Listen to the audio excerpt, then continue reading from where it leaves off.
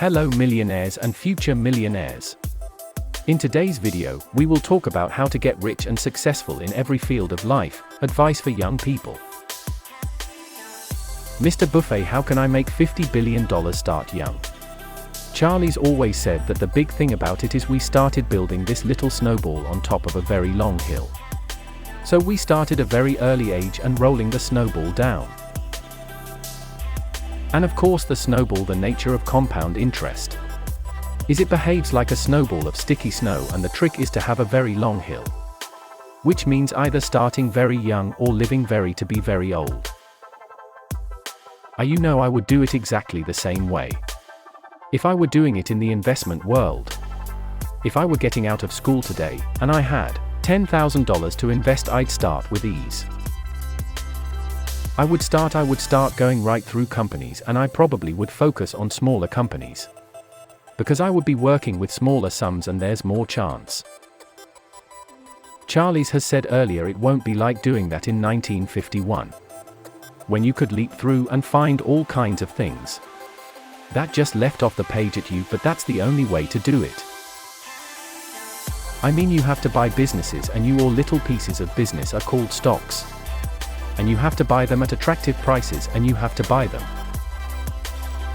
And you have to buy into good businesses, and that advice will be the same 100 years from now in terms of investing. That's what it's all about. Well, if you're interested in business, I would advise you to be in terms of part-time employment or anything else, work at a number of businesses. There's nothing like seeing how business operates to build your judgment in the future about businesses. When you understand what kinds of things are very competitive and what kind of things are less competitive. And why that works that way, all of that adds to your knowledge. So I would do a lot of reading if you're interested in investments. I would take the accounting courses. I do a lot of reading about investments. And I would get as much business experience. I would talk business with people that are in business to find out what they think makes their operation tick or where they have problems. And why I just think you just kind of sop it up every place. If I were working with a small amount of money, the universe would be huge compared to the universe of possible ideas. I work with now. You mentioned that 56 to 69 was the best period. Actually, my best period was before that, was from right after I met Ben Graham in early 1951, but from the end of 1950 through the next 10 years, actually returns averaged about 50% a year. That I could put $10,000 into or $15,000 into, that would just ridicule. They were ridiculously cheap, and obviously as the money increased, the universe of possible ideas started shrinking dramatically. The times were also better for doing it in that time, but I think if you're working with a small amount of money with exactly the same background that Charlie's and I have, and same ideas, same whatever ability we have, I think you can make very significant sums, but as soon as you start getting the money up into the millions, many millions, the curve on expectable results falls off just dramatically. But that's nature of it. When you get up to things you can put millions of dollars into, you've got a lot of competition looking. And I don't even think it's important that every person go to college at all. We have all kinds of jobs at 70 or so thousand a year, 80,000 a year. That college training is not abuse. And I actually was not keen on going to college myself. My dad kind of jollied me into it. He could get me to do anything. But I knew I could have a good time. I liked investing, and I could read the books. It's a big commitment to take 4 years, and the cost involved, and maybe the loans involved. And everything. I think depending on what your interests are in life, I don't think it's for everybody. I think it's for a lot of people, but there ought to be a reason you're going, and I didn't really see much reason. There's nothing like following your passion. I love what I do, obviously, and I've loved it the whole time I've done it. Charlie's, it's the same way. We have managers, they come, some of them went to business school, some of them didn't. They are all types. If I were working with a small amount of money, the universe would be huge compared to the universe of possible ideas.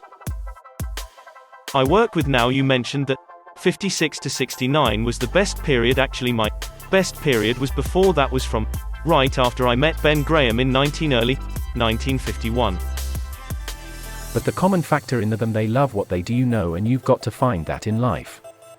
And some people are very lucky in finding it very early. I was dumb latchet. My father happened to be in the securities business. I said to her, Mrs. You are my kind of woman, yeah, forget Sophia Iran. I mean, this is my kind of woman. It very early. I was dumb latchet. My father happened to be in the securities business. I said to her, Mrs. You are my kind of woman, yeah, forget Sophia Iran. I mean, this is my kind of woman. That the power that lies within you is new in nature, and basically the power that was within Mrs. was new in nature. And over a lifetime it produced amazing things, so find your passion. And then don't let anything stop you. The biggest mistakes are the ones that actually don't show up. They are the mistakes of omission rather than commission. We've never lost that much money on any one investment. But it's the things that I knew enough to do that I didn't do. We have missed profits of as much as maybe $10 billion in things. When I was in high school, I really only had two things on my mind: girls and cars. And I wasn't doing very well with girls, so we'll talk about cars. But let's just imagine the only cars you're going to get in your lifetime. Now what are you going to do knowing that's the only car you're ever going to have and you love that car? You're going to take care of it like you cannot believe now. What I'd like to suggest, you're not going to get only one car in your lifetime, but you're going to get one body and one mind, and that's all you're going to get. And that body and mind feels terrific, but it has to last you a lifetime. The key is to be certainly in terms of your personal life. The most important decision you'll make is the spouse that most of you will likely have, and it's very important to surround yourself with people, or the better than you are going to move in the direction of the people you associate with. So I've been enormously lucky in that respect. I mean, I've just had teachers and friends and a spouse that really was a better person. Rather than somebody that you think you need to straighten out yourself. And simple rules like that: delighting customers, working through other people, associating with people that will cause you to move in a better path than you might otherwise have. They will take you so far in life that it's hard to believe. For more videos like this, hit the subscribe button, and remember to click on the notification bell so you get notified when we post a new video. Thanks for watching.